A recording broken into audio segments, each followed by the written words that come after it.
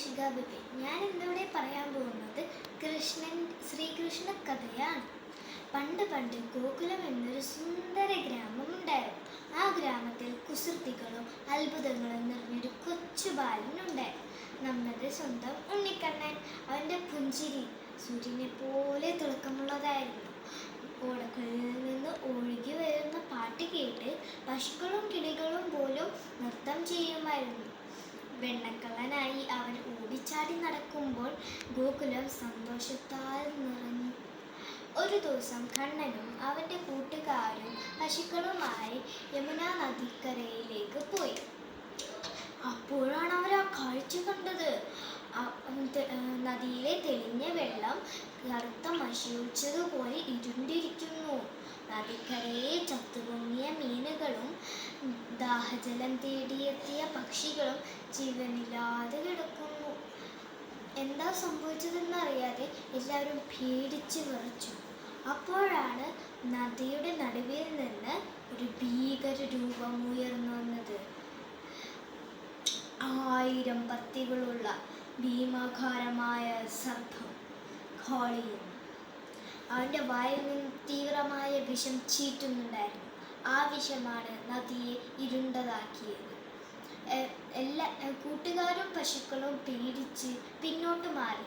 എന്നാൽ ഉണ്ണിക്കണ്ണന് മാത്രം യാതൊരുവിധ പേടിയും ഉണ്ടായിരുന്നില്ല.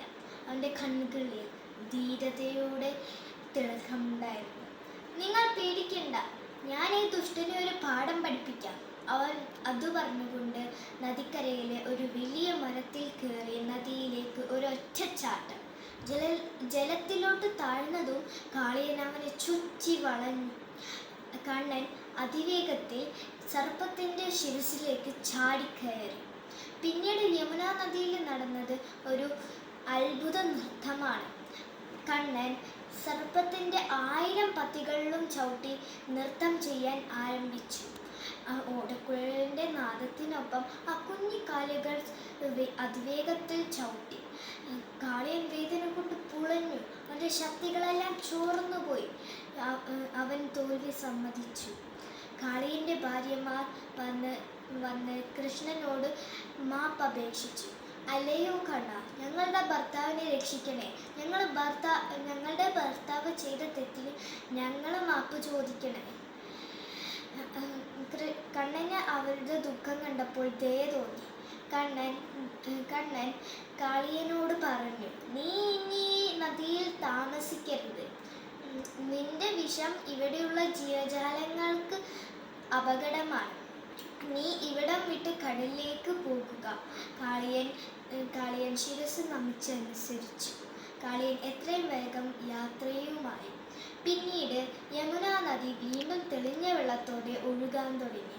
പക്ഷികളും മൃഗങ്ങളും സന്തോഷത്തോടെ വെള്ളം കുടിച്ചു. ഈ കഥയുടെ ഗുണപാഠമാണ്: നന്മയെ വിജയിക്കൂ, തിന്മ വിജയിക്കില്ല. കാളിയൻ എന്ന തിന്മയെ കണ്ണൻ നന്മയും ധൈര്യവും കൊണ്ട് തോൽപ്പിച്ചു. നന്ദി, നമസ്കാരം.